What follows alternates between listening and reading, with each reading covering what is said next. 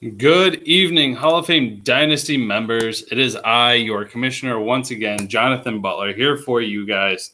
It's been a hell of a year. We're already 13 weeks into 2019, and I can hardly believe it. It's obviously, you guys know the roller coaster I've been on this year. It's been a hell of a year, but we've obviously got a lot to cover. It's been a week and a half since the last broadcast. I know you guys have. I'm sure you guys have missed it. So we will be covering NHL tonight. We will also be showing who is in the NBA championship. If any of you guys missed it, obviously I will show the current score or at least tell you guys what it is and get it from there, as some may have checked out from it. But you guys have been awesome. And I just want to say that to start this show. It's been a blast, and baseball season has started. Obviously, some teams are already half dead, but we will kind of get into that on Monday when we do the MLB review for the first week, which was extended. But let's get into tonight's show, where we cover the NHL championship, who won, why they won, what the final score was, everything you want to know about it. We will also discuss some NHL records that we have set for our league now after its inaugural season. I'm glad to finally have that set in stone. And then we will also go through, once again, a little bit of NBA, not a whole lot. It's fairly quick show tonight, nothing too crazy, nothing too long. So why don't we get into that right now? And I think you guys will be surprised, especially a lot with the NHL. So let's get into that. It was a long season. It was a brutal season for most of us. We had ups and downs and injuries and underperformances, guys getting traded. That was one of the more active leagues, I feel like, for trades besides baseball, where obviously we had a lot going on there. But NHL was one of the best seasons, and it was probably the most fun hockey season I've had since I've played. This was, I think, my 4th overall year for it. But the only reason it was fun is you guys made it fun. And I just want to thank you for your guys' participation. It was a hell of a year. And it was a blast. You guys made it fun. There was a lot of competition, no matter what. And Chris, especially Chris and his Vegas Golden Knights, all the shit talking he would do, whether he'd come up and actually prove it or not was a different story. But he made it fun. Obviously, watching Keith and Jared go at it every time they had a chance made it awesome. And then even just some of the rivalries that formed between Vegas and especially the Carolina Hurricanes. That was a hell of a lot of fun every time. And I didn't think hockey was going to go as well for everyone as it did. I thought we might have had some people kind of quit on it, but we really didn't. Most teams were fairly competitive from the start all the way to the end. So thank you guys. So obviously, league news, we're going to be talking championship tonight for right here, what we were all fighting for, the Stanley Cup, to be etched into history, to be that one and only team to hold up that championship cup over our heads and go, look at it, I'm here, you cannot take away history. And obviously had the Colorado Avalanche in the background for the reason that they were in the championship. Between two of the top teams in the league, both real and fantasy at one point, for real.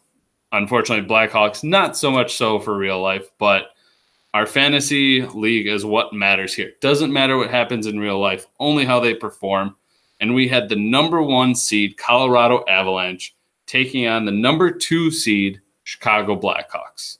So we had the top 2 teams in the league, both are in the bye week, seemed to help them out a little bit as they made it to the championship.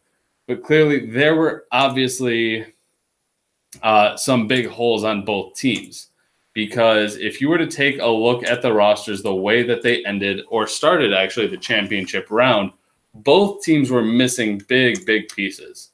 Let's start with the Colorado Avalanche. Going into the championship matchup, the Colorado Avalanche were actually missing right winger Mikko Rantanen, which was a huge blow to the right side of their offense. And then on top of that, they were also missing defenseman Matt Dumba, who had been missing for a long while. And that was 2 of the bigger pieces of the Colorado Avalanche franchise in 2018 and 2019. And unfortunately, it was hard to see them struggle, and nobody wants to go into a championship hurt, whether it's their opponent, whether it's themselves. Nobody wants that. Unfortunately, my team wasn't as lucky as well. We both kind of had our bruises and our bumps. Gabriel Landeskog was out for the rest of the fantasy season, and he did come back recently. And defenseman Chris Letang was also out for my Chicago Blackhawks in the championship matchup. So we were fairly even in terms of injuries. Nobody really had one advantage over the other, both missing some big names going into it. When it came down to it, the team that stepped up was the Chicago Blackhawks. Both teams performed very well. And throughout the whole season, we talked about hitting that 325 point mark to guarantee a win. Unfortunately, the Colorado Avalanche just caught the Chicago Blackhawks at the wrong time. And it all started on Monday night. That would have been, if I can pull it up here quickly enough without having to go through all of it, Monday, March 25th is unfortunately where the deficit started from the very beginning. Avalanche had 14 players play for 48 points, the Chicago Blackhawks for 99.9, and the MVP for that night was Steven Stamkos, and shared that kind of with Mitch Marner as they combined for 30 points themselves. Big hit there, and the Colorado Avalanche started in a 50-point hole, but they fought all week, every night, to try and dig out that deficit. At one point, they were within 30 points of the Chicago Blackhawks. And when it came down to it, the Blackhawks were able to pull away on... I mean, if you go through the week, Tuesday, the Colorado Avalanche outscored the Blackhawks by 2 points. Wednesday, they outscored by 12. Thursday was a little bit more brutal for them as they were outscored by 20, but then they outscored the Blackhawks by 18 on Friday. And the real nail in the coffin was Saturday night when the Chicago Blackhawks posted up 90 points to the Avalanche's 55. 13 starts for the Blackhawks, 14 for the Avalanche. And it's all written in history now. Blackhawks get the W. Colorado Avalanche took the L, unfortunately, but I mean, 2 out of 3 sports at this point where they're in the finals, up until this point, 2 for 2 for reaching the finals, 1 for 2 in championships. A 50% conversion rate is a hell of a job by the Colorado squad, as I'll say. And Keith, hell of a year. You really look at it, what it came down to wasn't anything that really jumps out on the box score. You can see here 374 points for skaters for the Blackhawks, 330 for the Colorado Avalanche. And if you look at the box score and see exactly what it was that did it, penalty minutes is what it came down to. Both offenses performed about the same, but the Colorado Avalanche had a little bit more fight in them, where they unfortunately took it a bit too far as they totaled up 30 penalty minutes to the Blackhawks 10. And that was a bit of the nail in the coffin when it came down to it. 20-point difference there. And really the biggest difference came in goalie play as well, with the Chicago Blackhawks putting up 46.6 compared to the Colorado Avalanche's 19 points from their goalies. Not as great as you'd want it to be, and unfortunately, it is what it is. But looking at the box score here, the Chicago Blackhawks totaled 21 more blocks, less hits, a lot less faceoffs than I imagined. The Avalanche actually had a 75 faceoff win advantage there, and it was a real close win. It was really not a whole lot separated these two except for goalie performance is what it came down to. More goalie starts for the Blackhawks led to the championship, but none of them made the 3 stars of the week. It's funny that the Blackhawks had such a high score, yet the Colorado Avalanche dominated the 3 stars of the week, starting with number 1 star center Dylan Larkin with 40 points. Then you had right winger David Pastrnak with 37.2, and the Blackhawks actually snuck on to the scoreboard with left winger Evgeny Danilov with 33 points, or as I'm going to personally and affectionately refer to him from now on as the dad because he was my best performer in this matchup. And as you can see, you can go ahead. I don't care. I'm not professional about this. I don't care. I'm over here. The wife says hi. So Blackhawks get to raise the Stanley Cup. It was exciting. You're fine. You don't have to be quiet. How was the week? What? Horchata. ¿Qué está pasando? Thank you. Oh, it's really Está good. grabando Juan tiene un radio show de deportes. Yeah, The radio show. basically. Sí, va. What? Así es. What are you looking at? Sí. Oh, the charger? I don't think it's charging. Yeah. Yeah, you just set it on there. No. As you drop everything. Here. No. I'll take that. No. My family sends their condolences, Thank you. and it's a good thing you didn't go. Drama? No, Oh. there was standing room only Oh. for them, and we left, and they kept on coming. Oh, okay. I'm coming. More and more people. You do have to. I can't go down the stairs again. What? This is Jen's mail. I'll take it down in a minute. Oh, it's a check. No, this is Jen, Metropolitan Digital Planning. I mean, just the looks of it. Yeah. That's Is it? That's Jen's mail. Back to the show. After I was personally invaded. Hey, we brought you food. I know, I like to tease you. So, obviously, great season by everyone, and I did compile the records that were set for the league. And this was actually, I should have put 2018/2019, but obviously, inaugural season, league records get set. So, here they are. First, we're going to go through the offensive categories of skaters, and then we'll kind of hit the goalies at the end. But starting with points for, obviously, record set by the Chicago Blackhawks at 7,428 total fantasy points scored. And then points against, which would be the hardest schedule, is the Minnesota Wild. They unfortunately drew the unfortunate matchup of playing every single team when they got hot, when they had a great week. The Minnesota Wild had such a brutal year, and on top of underperformance, unfortunately, his opponents overperformed. So it made that really tough for them to try and get it to the positive record that they expected.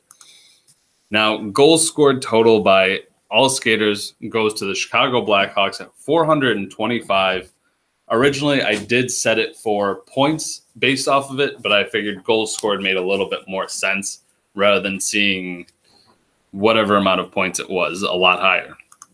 Next, we have assists made actually came from the championship runner-up in the Colorado Avalanche at 721 points, or 721 assists, which is so far above and away higher than goals, which assists, like we talked about during the season, tend to be a little bit more consistent. And Colorado showed that with over 700 of them this year. Next, we have the lowest penalty minutes in the league. Originally, I thought about doing the highest. We could still put that in there, but I figured penalty minutes, not something you actually want. So Chicago gets that at 467 on the year. Very clean game played by the Blackhawks. May not happen any other year, but took advantage when they had the chance. Next, shots on goal. This is something that, yes, it's not as flashy as so many goals or so many assists, but when you are able to get shots on goal and get those set into stone, you are giving yourself opportunities to win, opportunities to score, and even opportunities for rebounds. And it goes to the Colorado Avalanche. Once again, a top team showed that they were willing to go all out on offense, even if it was at the risk of penalty minutes at times. Now we start to get into a bit more variety of the teams. Actually, game-winning goals, 80 for the Chicago Blackhawks, as you can see. This is where we finally get the variety in hits. Anaheim Mighty Ducks with 1,632 hits. Very aggressive team, very willing to play off the puck and be aggressive and try and take that puck back as often and as early as they can. Anyone who faced the Anaheim Mighty Ducks, they knew it once that game was over because they were broken. They were tired. They were busted up because of the way that they hit. Next, we actually had 11 hat tricks by one team, and that team would be the Carolina Hurricanes. Not a team I really expected, but I think a lot of it goes to Sebastian Aho. And if I actually pull up the Carolina Hurricanes, we can see the top contributors to that category. Let's see, hat tricks, 2 from Johnny Gaudreau, 2 from Jake Guentzel, and actually fairly spread out throughout the whole team. Really, no one had a ton of hat tricks for them this year, but they were able to get them when they needed them. Next, power play points. This one goes to the Colorado Avalanche, and they held it by almost 30 power play points more than anyone else. Excellent year for Colorado. They may not have their name in the record books for championships, but they were able to do it everywhere else. Blocks, once again, defense was the Anaheim Mighty Ducks mantra. They wanted to play defense. They wanted to hit you. They wanted to get all the blocks they could, take away all the shot lanes, and they did that very well as they totaled up over 1,300 blocks, whether it was from defensemen, left winger, right winger, or centers. Excellent performance there. And for the last offensive category, we had the Vegas Golden Knights actually get on the board here with 3,754 faceoffs won. They're not worth a whole lot when it comes to fantasy scoring, but still it does produce into there. I'm sure we could go back and look at weeks where the Vegas Golden Knights actually had marginal wins, and a lot of it came from faceoffs won. They were very consistent in that. They always seemed to be in the top 4 performers of it week in and week out. So, Chris, good job on getting that. Your name in the record books there. Now we will actually move into the goalie scoring here. Only 4 records, not a whole lot in terms of goalie, which we may look at this offseason of adding another category to make them worth a little bit more. But first, goalie wins. We had the Los Angeles Kings come in with 76 goalie wins on the year, and that was a surprise to me. I mean, out of all the teams that had goalies, but then again, I think the Kings they were auto-drafted a ton of goalies to start the year. Now, Chris, when you say you can't believe it, is that too little or too many? Did you not expect to get any records? I'm curious on why you don't believe it. But moving on from goalie wins, let's get to goals allowed. This one goes to the Tampa Bay Lightning. They were actually able to get on the board here, and they were they were a team that was stacked with goalies as well, thanks to the auto draft, and it worked out in their favor as they only allowed 245 goals. Really, you think about it, 82 games, it's about, if you were to go by that, about 3 per game, not too bad. But you break it down into how many starts they had, and it's way less than 3 goals per game. One more after this, we have goalie saves at 3,902 for the Anaheim Mighty Ducks. And that would actually, I don't remember who they truly had on that team, but looking at it, so a lot of it came from Connor Hellebuyck, Jacob Markstrom, and Jaroslav Halak. Obviously, Markstrom's don't count towards the Anaheim Mighty Ducks because of the fact that they didn't have him all year. But on record, the Ducks put up over 3,900 saves. Excellent performance there. And for the last one on the year, Carolina gets on the board one last time with 13 goalie shutouts. So Vegas, you did get on there once. Carolina with 2. And pretty much the only teams that weren't represented here were the Nashville Predators, the New York Rangers, And no, everyone else made it. New York Rangers and Tampa Bay Lightning were the only two teams to not make the record books in 2018 and 2019. So I'm looking for you guys to hopefully up your performance and do what you need to do. I'd love to see you guys compete. Lightning was in there. Let's see. Chicago, Vegas, Carolina, Minnesota. Yeah, Nashville and New York were the only two to not make it. So interesting that Nashville, I think, was such a middle-of-the-pack team that they weren't able to get in the record books. So from the ice to the hardwood, we had the Final Four last week, obviously, for our league. And going into this week would be the championship week. We kind of knew what it was likely going to look like, but let's look back at the previous week and see what the Final Four looked like. We had the Toronto Raptors, #1 seed, favorite to take it all, taking on the Cinderella story and the New Orleans Pelicans. Unfortunately, that Cinderella story has come to an end as they only took one category last week, while the Toronto Raptors took 8, leading to I totally forgot to switch them. I just totally blanked on it and see that obviously, Toronto Raptors, 8 wins, or 8 categories leads them the win. Moving on to the next game. Blow that one off. Denver Nuggets, #3 seed Denver Nuggets took on the #2 seed Atlanta Hawks. These two teams were pretty similar in terms of performance overall in the year, but with the separate divisions, gave them different seedings. However, the performances really showed. We saw who the better team was overall as the Denver Nuggets conquered the Atlanta Hawks in Atlanta on the road by a dominant score of 7 categories to 2. So that left us with only 2 teams on the year, the Toronto Raptors and Denver Nuggets. I feel like I'm always talking about Keith and Jared in these championship matchups. Well, they have been. I mean, Jared is in his 3rd championship matchup now.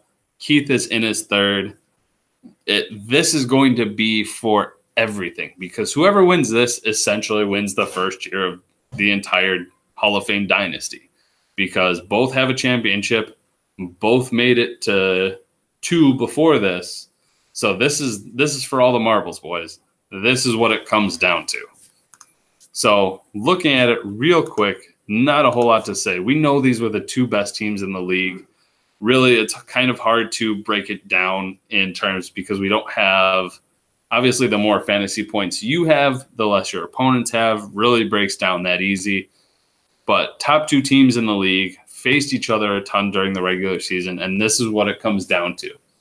So if you have not paid attention to the NBA league, right now, the Toronto Raptors are winning 7-2 right now. Excuse me. Really close matchup, actually. Field goal percentage is within 0.007. The Toronto Raptors only have 6 more 3-pointers. Rebound is kind of getting away from the Denver Nuggets. But everything else right now could flip with a simple switch of lineups. If the Toronto Raptors forget one day or the Nuggets are able to find a couple of extra starts here and there. This is nowhere near out of hand as you would think when you see 7-2-0 for the Toronto Raptors. There is a lot left to go.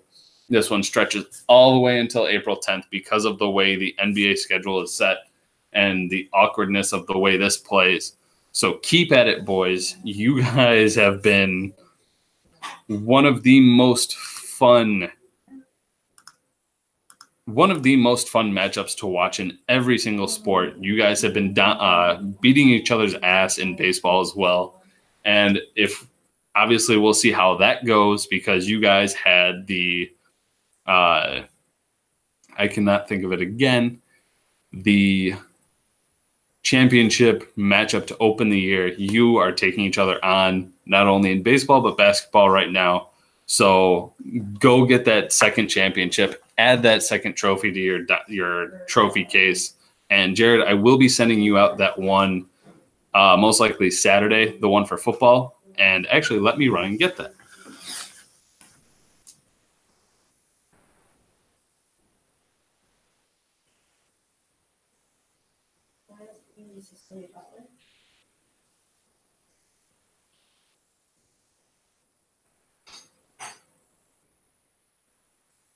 My name would probably be Hanson.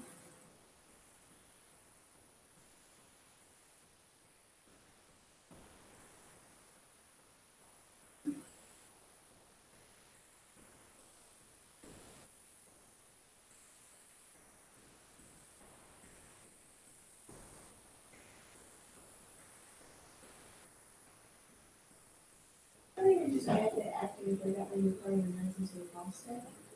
And it was telling me that there was no stage. So I actually can't find it, but I will be sending it out to you. It is a little Lombardi trophy, probably about 12 inches high. That'll be getting out to you soon. I appreciate your patience. Obviously, you know that I'm not going anywhere. So to end this show, I just want to say thank you guys for everything, regardless of everything that's gone on, whether it be obviously things with my family, with everyone else's family, whether it's school or work or anything else. You guys have been awesome. Most people might have asked for, hey, take it easy on me because I've got all this going on. I'm glad you guys continue to compete, continue to do exactly what you guys have done. And I can't wait to see what year 2 brings us. It's been a hell of a year 1. The inaugural year has been fun. Probably the most fun I've had in fantasy since I started. I mean, you guys have been amazing. So thank you. Thank you for your ideas, for obviously the trade talks are always fun, but for the continued difficult and competitive matchups is what makes this fun. And you guys are more than friends. You guys feel almost like brothers to me at this point. It's been a blast, and I can't wait to see where this goes. So thank you for all of your kind words, your competitiveness. You guys have been amazing. So give it your all. I'm excited to see what happens in year 2. And on Monday, there will be a MLB review for the first time. I hope you guys enjoy that. I've been working on it here and there, and I can't wait to see what you guys think. I think it'll be a lot of fun. So let me know. And if one of you guys wants to jump on Monday, let me know. I will talk to you later. And good luck, Keith. Good luck, Jared. I can't wait to see who comes out on top in NBA. And hopefully these baseball injuries stop sometime soon because it has gotten ridiculous. And we are only on April 4th. So take it easy. Keep those fantasy lineups rolling, boys.